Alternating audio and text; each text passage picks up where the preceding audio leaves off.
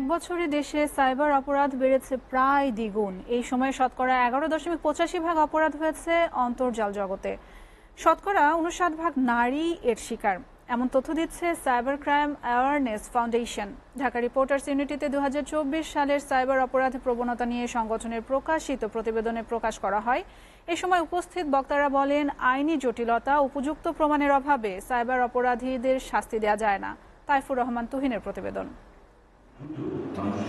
2024 সালের সাইবার অপরাধ প্রবণতা নিয়ে একটি গবেষণা প্রতিবেদন প্রকাশ করে সাইবার ক্রাইম অ্যাওয়ারনেস ফাউন্ডেশন।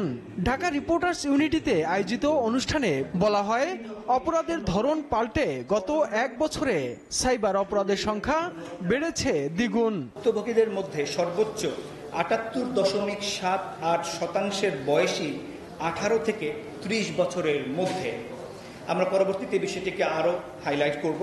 আমরা বুঝতেই পারছি যে ঝুঁকির মধ্যে রয়েছেন আমাদের তরুণ সমাজ। 28,000-এরও বেশি ভুক্তভোগী অভিযোগ জানিয়েছে পুলিশের কাছে। তবে মামলার সংখ্যা খুবই নগণ্য, মাত্র 3.73%। প্রকৃত অপরাধের সংখ্যা আরো অনেক বেশি জানিয়ে বক্তারা বলেন, সাইবার অপরাধ বেড়ে যাওয়ার পেছনে মানি লন্ডারিং এর ভূমিকা রয়েছে।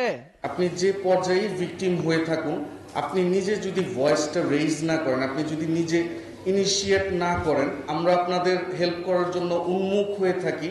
আপনি যদি নিজেকে একটি আবদ্ধ ঘরের মধ্যে রেখে দেন, আমি কিন্তু আপনাকে হেল্প করতে পারবো না। আজ এই সাইবার সিকিউরিটি কিন্তু আর আপনার ইস্যু না, এটা একটা আইটি বা কম্পিউটার ইস্যু না, এটা একটা আমাদের সবারই এটা জানতে হবে, সবার এটাকে এটার ব্যাপারে তৈরি থাকতে হবে। অনুষ্ঠানে সাইবার অপরাধ থেকে বাঁচতে ব্যক্তি সচেতনতা বাড়ানোর উপর গুরুত্ব দেন বিটিআরসির মহাপরিচালক। সাইবার থ্রেট, সাইবার সিকিউরিটি এবং সাইবার ক্রাইম এটার মধ্যে যে সম্পৃক্ত রয়েছে, এই বিষয়গুলিকে আমাদেরকে আমলে রাখতে হবে, আমাদেরকে মাথায় রাখতে হবে। যে কোনো পলিসি গাইডলাইন এবং আমাদের ব্যক্তিগতভাবে আমরা যারা ব্যবহারকারী, আমাদের অ্যাওয়ারনেস। প্রতিবেদনে জানানো হয়, 2023 সালে মোট সাইবার অপরাধের শতকরা 11.5% পর্নোগ্রাফির শিকার।